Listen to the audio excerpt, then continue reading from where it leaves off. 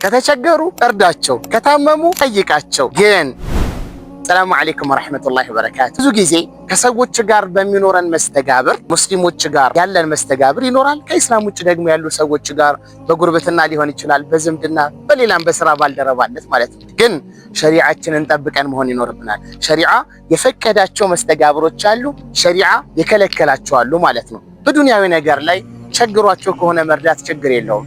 ገንዘብ ፈልገው ማበደር ከፈለግ ችግር የለውም። ታመው መጠየቅ ችግር የለውም።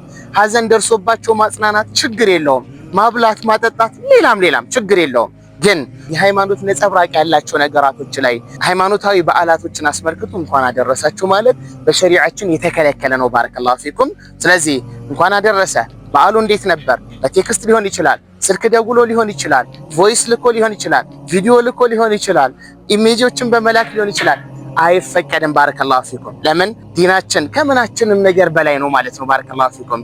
ጓደኛዬ ሊከፋብኝ ነው፣ ጓደኛዬ ያዝንብኛል፣ የሥራ ባልደረባይ፣ ከስተመሪ፣ ገለመል የሚባል ነገር የለም። ዲናችን ራሳችን ላይ ነው። ሁሉም ነገር ከዲናችን በታችን ያለው ማለት ነው። ባረከላሁ ፊኩም። ጥንቃቄ ማድረግ ይኖርብናል። ይህ ማለት ለነሱ ድፍን ጥላቻ ሊኖረን ይገባል ማለት ሳይሆን ሸሪዓችንን ጠብቀን መጓዝ ይኖርብናል።